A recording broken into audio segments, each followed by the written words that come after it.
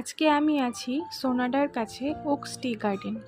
এখান থেকে চা বাগান এবং পাহাড়ের মেঘের যা সুন্দর ভিউ, মনে হয় না দার্জিলিংয়ের আর কোনো পাহাড় থেকে পাওয়া যাবে।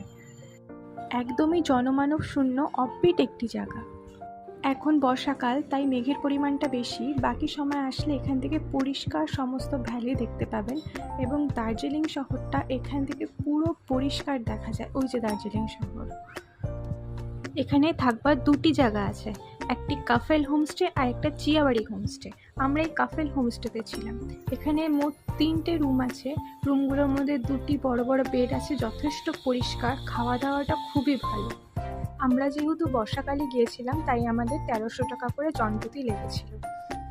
একদম রুমের সামনে থেকে যা ভিউ, তা সবসময় চোখে লেগে থাকার মতো। সারাদিন বসে বসে এখানে ভ্যালি দেখতে দেখতে কেটে যাবে। রুম থেকে এরকম ভিউ দেখে, শুধু চা বাগান, তার উপর দিয়ে মেঘগুলো ভেসে চলছে। যেহেতু বর্ষাকাল, মেঘ আছে বেশি, তাই ভ্যালিগুলো দেখা যাচ্ছে না। আকাশ পরিষ্কার থাকলে ওই সাইডে সম্পূর্ণ কিছু পরিষ্কার দেখতে পাওয়া যায় এবং এত অপূর্ব লাগে দেখতে। এখান থেকে আর কোথাও যেতে মন চাইবে না, সারাদিন এখানে বসে কাটিয়ে দেওয়া যায়।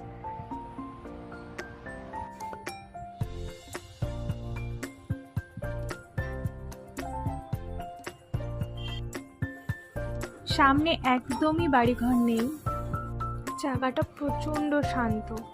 সামনে রাস্তা দিয়ে হাঁটতে এতটা ভালো লাগে। যেহেতু বৃষ্টি, তাই জন্য নামতে পারিনি আমরা।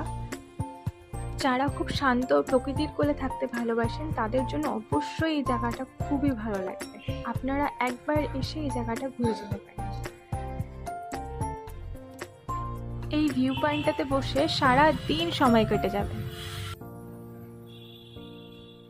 ওই যে ফার্স্টের রুমটা হচ্ছে আমাদের। এনজিপি থেকে 60 কিলোমিটার দূরে এই ওকস টি গার্ডেন। এখানে গাড়ি বুক করেও আসতে পারেন, সেক্ষেত্রে ভাড়া লাগবে 2500 থেকে 3000 টাকা।